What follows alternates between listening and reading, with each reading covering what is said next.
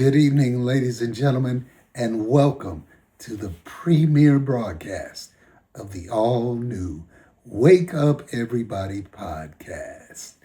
Yay, we're here. Yeah, let's get it. And tonight, I know the Super Bowl passed, but the NFL draft is coming up in a few days, and these are interviews we did live from Radio Row.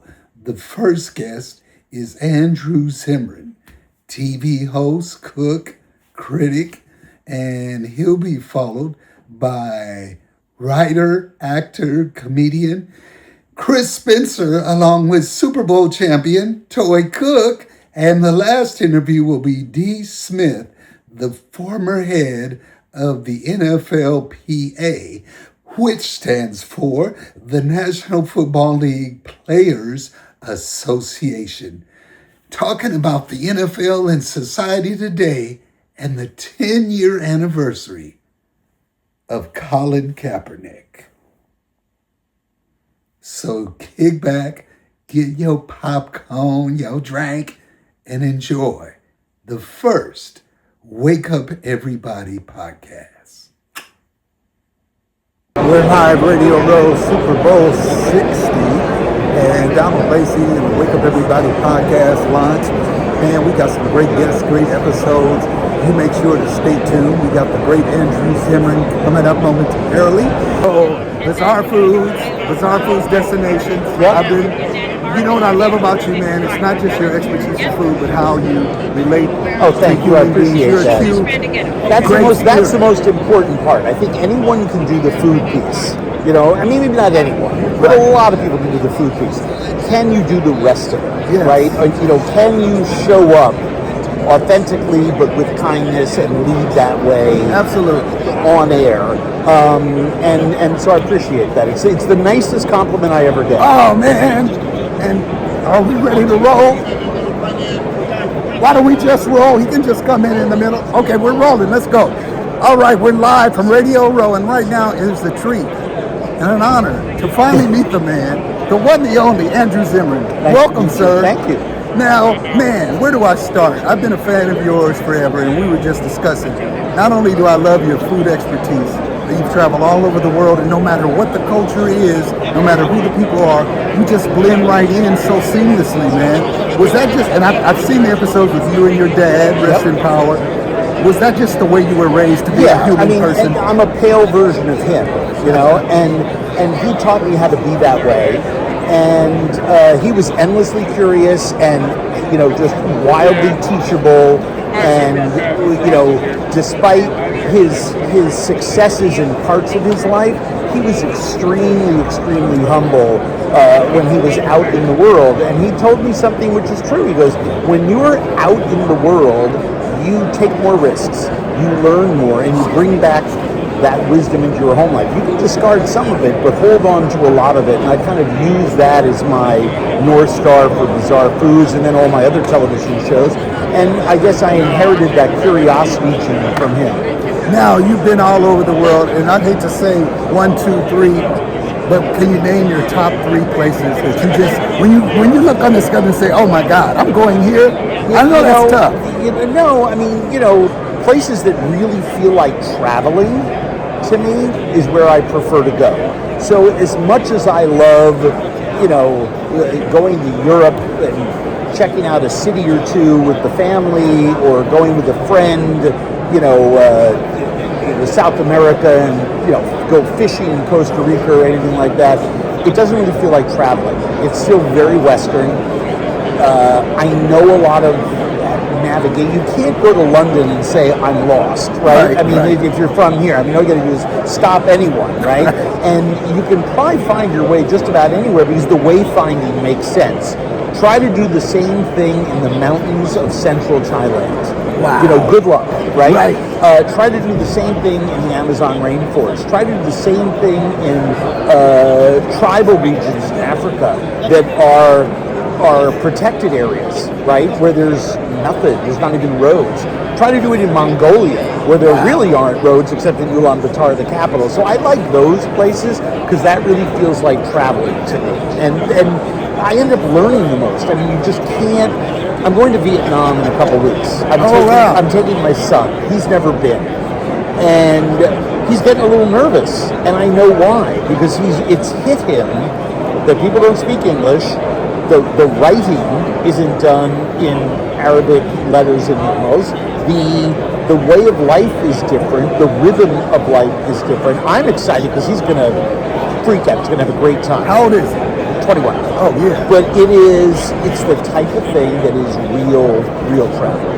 You know, two of my favorite things you do, when you eat something and it's just good and you just do this head shake and you go, Yeah, that's how I know. You're not alone. I hear that from a lot of people, and sometimes they say, recreate that. I said, I need to put something on my mouth that tastes good, because it's not a gimmick. It's not genuine. It's my natural reaction. That's my happy face when things are to my liking. So, yeah. And on the other side of the coin, there's very seldom there's stuff you just detest. And this is going to sound a little weird, but every night they have reruns in my TV.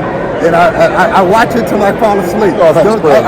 Because That's great. But it was something called Stinky or something. They buried it, and then you were like, oh. Well, there's a lot of that. There's Enset, which is a bread made from the roots of palm trees and banana trees, and it's pounded into a mush. It's not cooked. They rot this dough in the ground for months at a time in Ethiopia, and then they bake it, and it's a superfood. It looks like blue cheese when you cut it open. It's really hard to get down. Stinky tofu in Taiwan, same deal. They let it soak in. The stuff on the street is really mild. It goes into a 10-day-old sludge for like 24 hours. But the stuff in some of the restaurants that specialize in it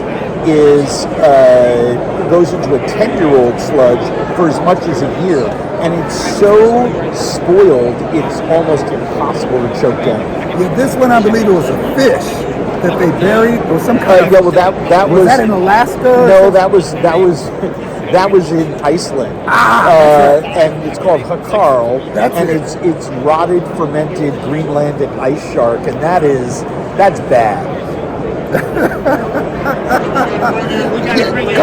Okay. Just a couple final questions for you. So my wife is Haitian. She's like, when is Andrew going to go to Haiti? We were going to Haiti when the show Travel Channel became a ghost and paranormal station, and they stopped doing food and travel. The next stop for me was going to be Haiti and then Malta. And it's, I've been to Haiti, but I haven't shot TV there. And the food in that country is absolutely My remarkable. wife wants to make you some Haitian chicken. Oh man, do I love it! Some good brown stew chicken. Yes. I'm down with She's that. amazing. And the rice and peas and the plantain and the curry goat and spinach and ground nuts and all the good stuff. Andrew, now last question for you. I have some bread pudding that I make. It's my grandmother's recipe. I just want to get it to you, man, and taste it. I know you would love it. Fantastic. You don't even have to say it on TV. I just want to do that to you because I know how much you love food. Finally, I'd be remiss. You're here for the Taste of the NFL. That's right. So talk about your involvement with Hunger Relief. I've been involved for over 30 years. This is the 6th year that Gen Youth has put on the event. GenYouthNow.org, TasteOfTheNFL.com. We do a party every year, the Saturday before the Super Bowl. It's the most fun event of Super Bowl weekend. 35 celebrity chefs, 70 different winemakers and spirits makers, over 100 active players, Hall of Famers, legends. We all come together to raise money to fight childhood hunger and give the money to Gen Youth. There's no better organization in the country when it comes to fighting hunger. They go into schools where most kids are. That's great. And actively try to change lives, and they achieve it. Well, I'm supposed to be there Saturday, and I'll tell you what, and I'm going to say this on there. I'm going to bring you a little bread pudding. I love that. And then you can sample it. I love that. Let's do it. Listen, man, it is truly an honor. God bless you. Thank you. And as great as you are cooking, you're an even better human being. Thank you. I appreciate it. There he is, the great Andrew Zimmern, right here live from Radio Row, Super Bowl 60. Don't go nowhere. We got more. Keep your face in the place. The Thursday night football thing, and you played in the league. That just seems insane to me to play on a Sunday. And I know it takes a few days for you to buy. I've had friends in the league. And I get it. It's all about the money. The NFL's $1 trillion franchise. But man, that can't be good. It's, you know what though, it's interesting, and I always bring up kind of this thought process when you talk about Thursday night football. Getting through the game, you ultimately get Friday, Saturday, Sunday off. So it's like an extra bye weekend. And then on the front side of it, you play the game on Sunday, and then normally you come in on Monday, work out, run, lift, do all your recovery stuff, practice really hard on Wednesday, practice really hard on Thursday. So when I'm not playing in the Thursday night game and I'm watching the Thursday night game on TV, sitting on the couch, I'm like, man, I don't know how those guys are playing. Man. But it's because I just practiced for 2 days. Right. When you play on Thursday, you don't practice. You walk through on Monday, you walk through on Tuesday, you walk through on Wednesday. So it's kind of like this expedited recovery process to go out. You know you just want to go get a win on Thursday because you get the win and now you get 3 days off. And now it's like a full bye week to rest up. Then you go and you get a light workout on Monday, off on Tuesday. So you're getting 4 out of 5 days off. So for us, like, we had a lot of Thursday night games that were late November, early December. It was a great time to get a little bit of a break. So at the end of the day, I think it adds 25 to 50 million to the salary cap by having Thursday night football. So as players, I think we're going to make it. Yeah. We'll make it work. And I know I said, but finally, so the 18-game schedule, how do you feel about that? Yeah, I think that's ludicrous. Me personally. It's crazy, but we all knew going from 20 to 21 with the new CBA and adding 17, we knew it was just to get to 18. You complete the schedule, everybody plays international, you get an extra bye week. Now the season Super Bowl will be President's Day weekend. What? So think about that. For the whole world, you're off on Monday now. We always talk about the day after the Super Bowl. Well, if the Super Bowl is next weekend, nobody has work on Monday. Wow. So I've kind of always thought that's been their goal all along. Well, listen, man, thank you for being so Yeah. generous with your time. Congratulations on your career. And thank you for giving back and helping youth and nutrition. My there pleasure. he is, Kyle Rudolph. He got me 13 points. I don't remember the game, and I won that game with my fantasy squad. We're live. Wake Up Everybody podcast, Urban Advantage Television, Super Bowl 60, Radio Row. Stay tuned. Don't go nowhere.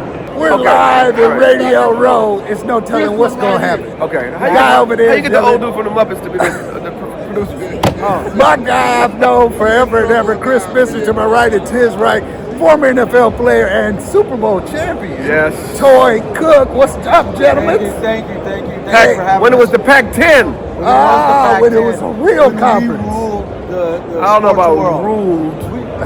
Oh, you talking about Stanford or Pac-10? No, the Pac-10. Oh yeah, ruled it did. Yeah. Yes. What is it now? I'm a Bruin. Yeah. And in his phone, I'm a UCLA basketball player. Because you're multi-talented. Thank you so much. So is it ACC You're now? a What the hell four? is it? We're going to talk golf soon too, because he's a fucking four. Hey, man. According to Jen. Let me see what I am. Keep talking, John. First of all, Let me see what I am. congratulations on your special, Oh, let's talk man. about that, yes. Let's talk about your special, man. Man, I've seen long clips time on coming. Instagram. It's hilarious. Thank you, man. Long time coming.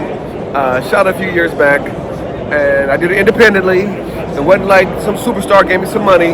It was my boy I played golf with, another boy I played golf with, and my cousin.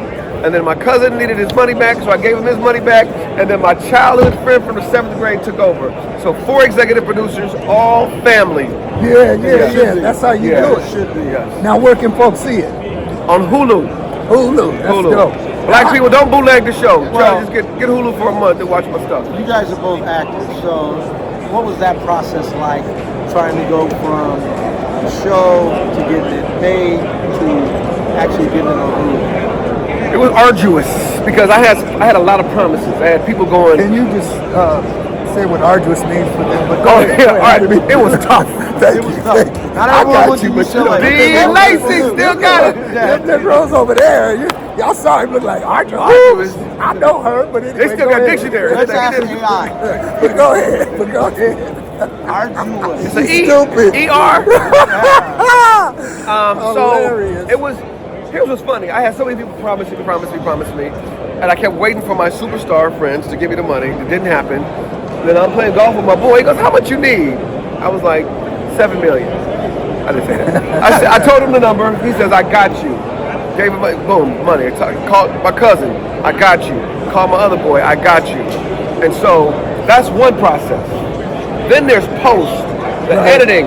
There's jokes you love, and it's like do I gotta cut this? You have to, because camera 5 is showing the cameraman that's on stage. Right. I'm like, put it on camera 3. That's too much of a wide shot, and this dude is on his phone. We should have took people's.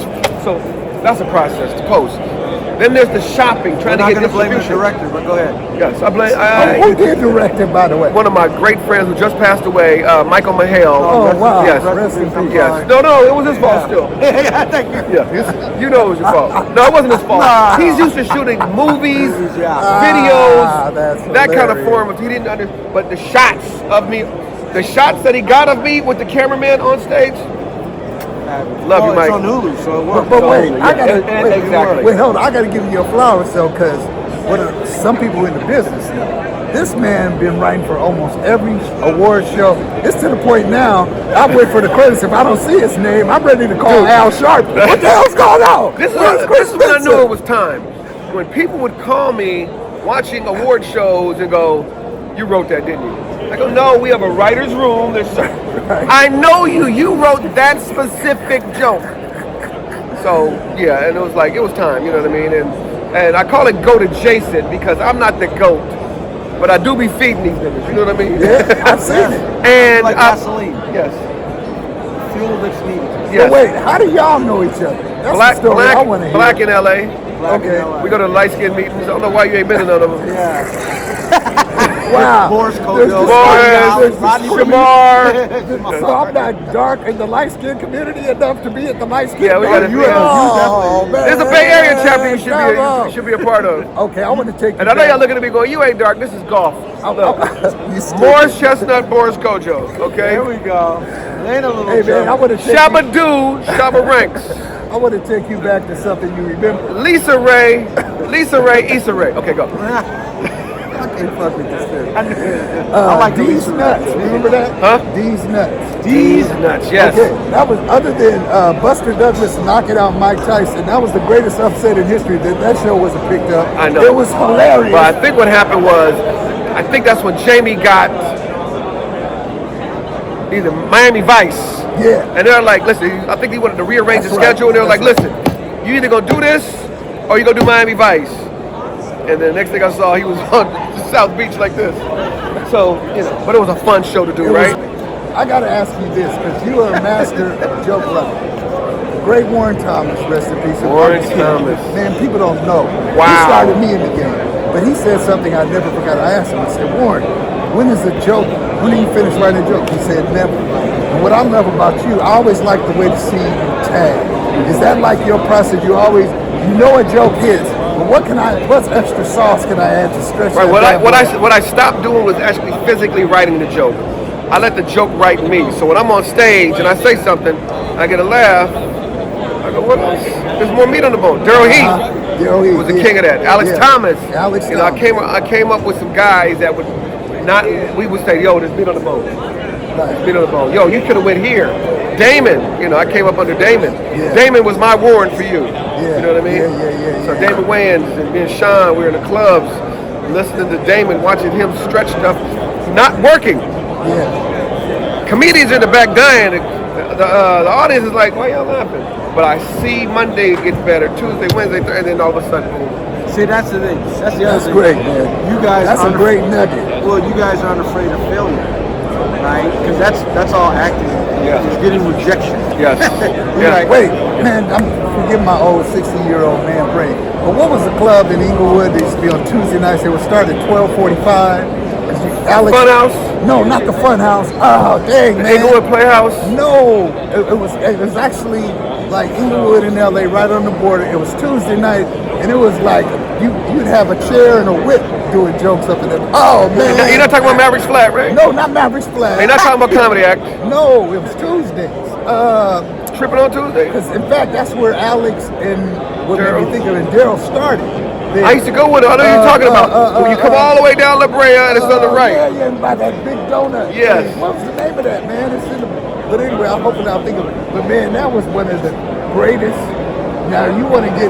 You're not talking about Birdland, right? No, Long not Beach. Bird. Oh, Okay. Birdland is to throw chicken bones. Yes. You I said never chicken, got a that's why I chicken remembered bone. that's the other thing Hilarious. comedians have is incredible memory. Yeah, we have to. Right? You know every joint that you played in, every general manager. Yes, every girl. Every girl. Maybe not every girl. Every guy. Every guy. Donald Lacy was pretty. So he had all kinds of women. Look, I tried to get him with every I've guy. been married 40 years. How you doing, babe? This is before you. Yeah, this is way before you. But man, I'm so happy for all of your success, bro. Thank you, We man. gotta Thank you stay so connected, much. man. I'm gonna tell King, you know. Yeah, man, and we got to get him in the light skin meeting. You know what the problem is? Why haven't I been in the light skin? It's the way your hair is. See, it's the good hair. The Taliban are trying to recruit you. You know what I The devil in the blue dress. The That's devil in the hilarious. blue dress. I can go bald if you mean? You could go Mexican if you want to. Hey, Mexican, Iraq, Iran. Listen, all I know is, listen, Hold on, I need you to put on something a little bit more Negro because ICE is out front and you can be picked up. Yeah. Make sure you have your papers on you. Have your papers. Man, I keep my lawyer on speed Look, in dial, New York, just so listen, you know. but look, in New York, we're Puerto Rican. Yes, That's hilarious. You know, down in Louisiana, you know, you Cajun. Creole and all that. LA, Mexican. That's right. And, well, in France, we're Frenchmen. Frenchman, yes. Black Frenchmen. I remember that. So yeah, also Black Comedy in America, Black. which we got to get you on next season, is coming back. Oh, it's yeah. actually it's back. I saw your episode with Will Smith last. Wasn't that dope? It was, man, amazing. Aren't I good? You brought out Love some Joe. really, that whole thing about the theme of Bel Air and Quincy, that was freaking So you know what? hilarious. And Tell that story real quick. Please. So I don't remember the whole story, but I want you guys to. I know the whole story, but I need y'all to watch it. Yes. But let me just tell you about Black Comedy in America. 10 episodes, taking you from the chilling circuit all the way to social media. Kevin Hart, I did an episode on him. I did Will Smith. We did HBO's Def Comedy Jam. We did the Kings of Comedy. We did 80 sitcoms. We did Eddie Murphy. I mean, there's a wealth of entertainment and information that you're going to learn by watching this show. It was that Will Smith. That's the only one I've seen. I did it along with I did it How with many episodes? So this is your comedians in cars getting coffee. exactly, but bigger than that. And that's on the Because LOL, it's right? myself, Ryan Davis, very funny comedian, and Tiffany Haddish. We're co-hosts, and we scour the earth. But we don't only talk to comedians. We talk to Al Sharpton, Who is producing this? Is this your friend Michael Strahan. Is this fair? This is Constant Smack. Schwartz. And Constant Schwartz, Smack Anthony Entertainment. Smith, my wife Vanessa Rodriguez Spencer. Yes. Smack Entertainment. You have a chance of Smack got me this. Yeah, Smack, Constant Schwartz. Shout out to Constant Schwartz. Monster. Hey man, well I'm glad you came back even though you was here yesterday. This Yes. is my guy right Yes. here. This is my guy You're right way here. you're way better than the other host. I love that dude. The views and opinions expressed. No. Hey, thank you. The one and only Chris Spencer, the one and only Toy Cook, live from Radio Who's a Row. four? Yeah. And on that note, to me, the Rooney Rule is just bogus. It's more pomp and circumstances. It's a formality where they'll bring somebody in, and they may have out the back door already decided who they're going to hire. Yeah. Now, admittedly, I'm a dorky lawyer, but I wrote a Yale Law policy article on the Rooney Rule in 2023 called the Rooney Suggestion. And I called it the Rooney Suggestion. I like that. Because the Rooney Rule is the only rule in the history of the National Football League that they choose not to follow. I mean, God help you if a player's sock is down or his shirt is untucked or he takes his helmet off the field. The only rule that the league does not follow is their own rule called the Rooney Rule.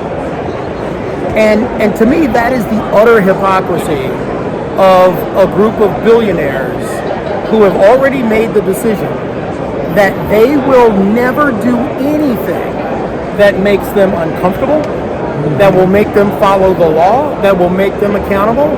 And here's the kicker without getting too preachy. If you want to understand how the country is currently operating, understand how the owners operate in the National Football League. There it is. Bingo. Bingo. So, at the end of the day, I wrote Turf Wars for one reason. I started off the book, and on the back, Roger and I get along now more than probably we ever did. I don't know why. He does better in the book. Because you're out of his hair now. Because I'm out of his hair now. I'm not that dude going, does this bother you? Does this bother you? Does this bother you? But the back of the book, the back of Turf Wars starts off with Roger Goodell is Prince Valiant, hired and paid $63.9 million per year Jesus. to clean up the owners' messes, to do their public battles, and to further enrich the collective. His job is to ride out on a black horse. Wow. To take the arrows and be the face of an organization whose actual leaders prefer to remain in the shadows. There is only one check to this feudal power, and that's the NFL Players Association. So that's how serious I took the job. Wow, man, you're one of my heroes, brother. Man, I gotta that. ask you this. You might have to start my car. I gotta ask you this. You were there during the whole Kaepernick. We represented and Colin. I love how. By the way, this is the 10th year anniversary of Colin. That's right. By the way, let me just keep it real. I mean, we're in a radio row, and I'm loving to do this show. Let's just say for a bunch of reasons that I can talk and Yes, sir. say things on this show Yes, that perhaps Pat McAfee will not ask me. And we won't even do a disclaimer. The views and opinions expressed. We won't even do that. You don't have to. We won't do that. You don't have Yes, to. sir. But it's Black History Month. That's right. Come on, D. This is the 10th anniversary of Colin taking a knee. Anybody? I haven't heard it mentioned other than till now. 100%.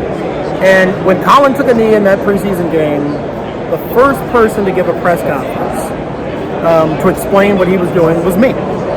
And I did it because I knew that if I didn't come out hard and set the narrative, that the league's narrative would be the one that they tried to do. And so we came out that night, actually, in the Nation magazine to say this is why he's doing it.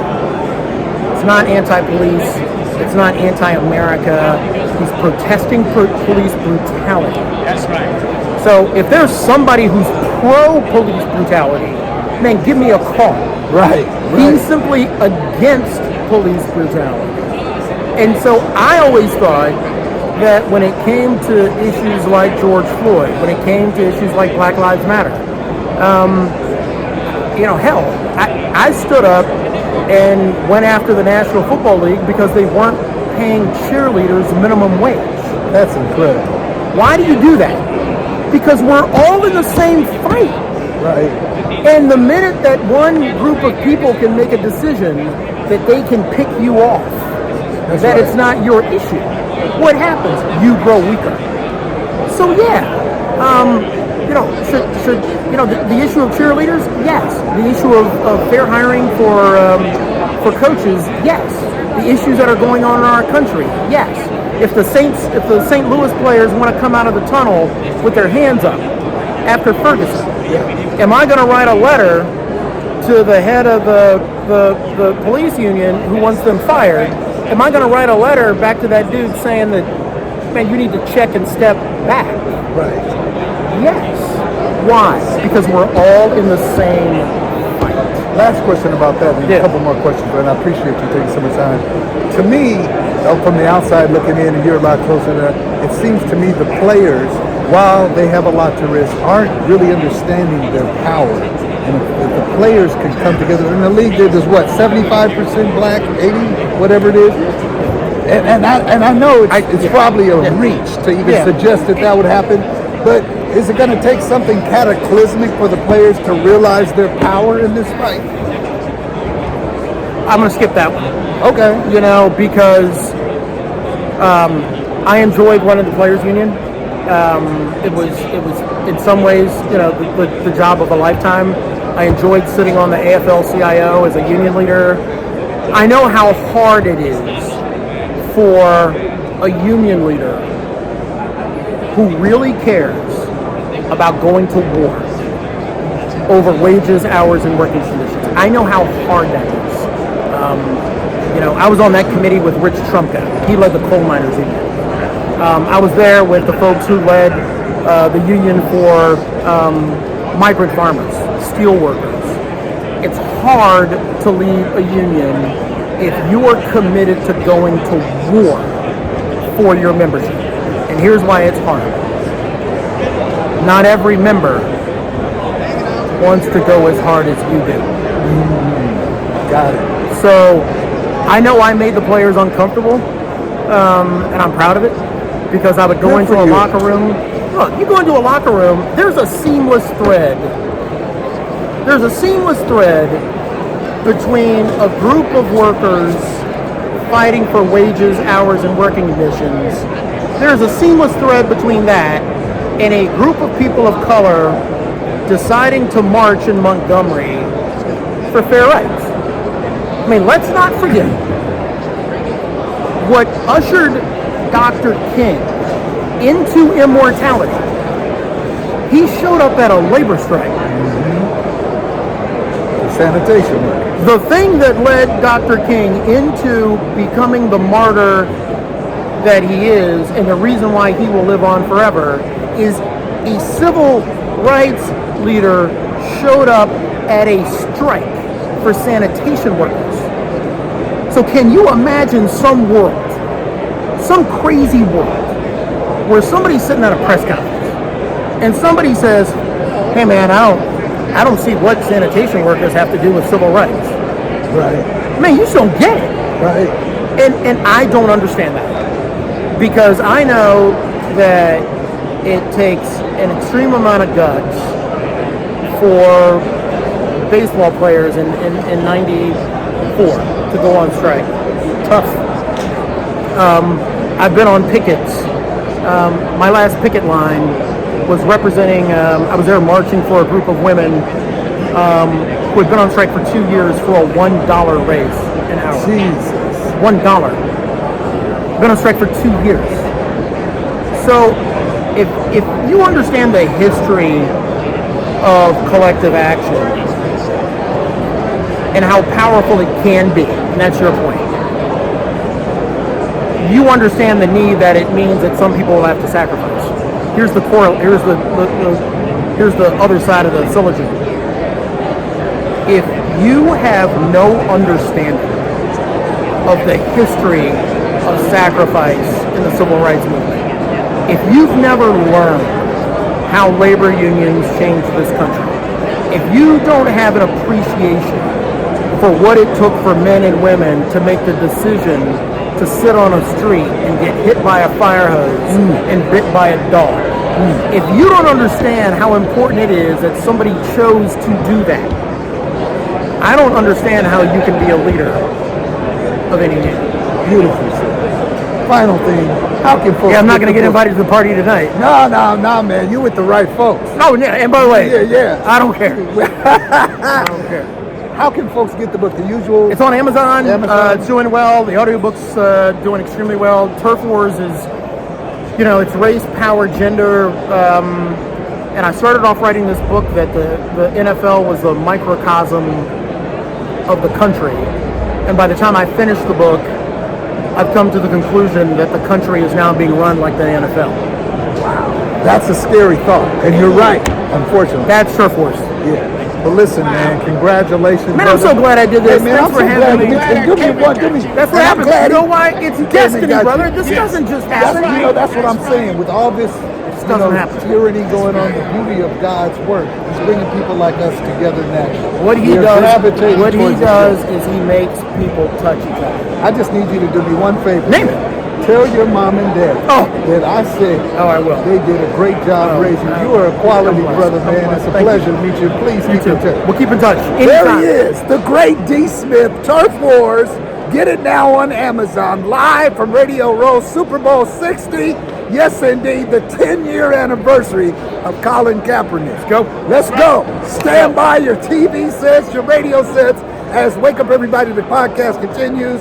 And we're here on Urban Advantage Television. Don't go nowhere. There you go.